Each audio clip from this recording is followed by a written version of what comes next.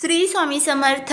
यंदा 30 मार्चला आलेला आहे गुढीपाडवा. गुढीपाडवा हा 3.5 मुहूर्तापैकी एक मुहूर्त असतो आणि गुढीपाडव्याच्या दिवशी अनेक प्रकारच्या वस्तूंची खरेदी केली जाते. त्यामध्ये सोनं, चांदी असेल, गाडी असेल, बंगला असेल किंवा जमिनीची खरेदी असेल, एखाद्या नवीन व्यवसायाची सुरुवात असेल, तर या दिवशी या सर्व वस्तूंची खरेदी केली जाते. पण सर्वसामान्य लोकांना सोनं चांदी खरेदी करणं इतकं शक्य होत नाही. कारण असं म्हणतात ना की गुढीपाडव्याच्या दिवशी जर सोनं चांदी खरेदी केलं तर त्यामध्ये कधीच आपल्याला ते मोडायची वेळ येत नाही किंवा विकायची वेळ येत नाही. त्यामध्ये सतत वाढ होत असते.